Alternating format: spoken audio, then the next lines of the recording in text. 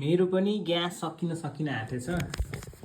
अनि यो अहिले बजारमा चाहिँ ग्यास सर्टेज भएको छ नि त। अनि त्यही भएर ग्यास पाइन्छ कि पाइँदैन थाहा भएन। हिजो चाहिँ सोद्धाखेरि डिलरहरूबाटै ग्यास आएकै छैन भन्दै हुनुहुन्थ्यो होइन पसलहरूमा। अनि आज चाहिँ म होइन बाहिर खोल्न जान्छु होइन कतिको एक्सेसेबल रहेछ होइन। मेरो नेपाल ग्यास म चेन्ज गर्न खोजिरहेको हो। नेपाल ग्यास पाए पनि नपाए पनि म चेन्जै गरिदिन्छु बरु।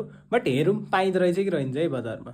सो म चाहिँ होइन भर्खरै ग्यास डिलरमै गएर होइन ग्यास छ कि छैन भनेर सोधेर आएको थिएँ। अनि मैले होइन ग्यास डिलर चाहिँ गुगलमा सर्च गरेर गएको थिएँ।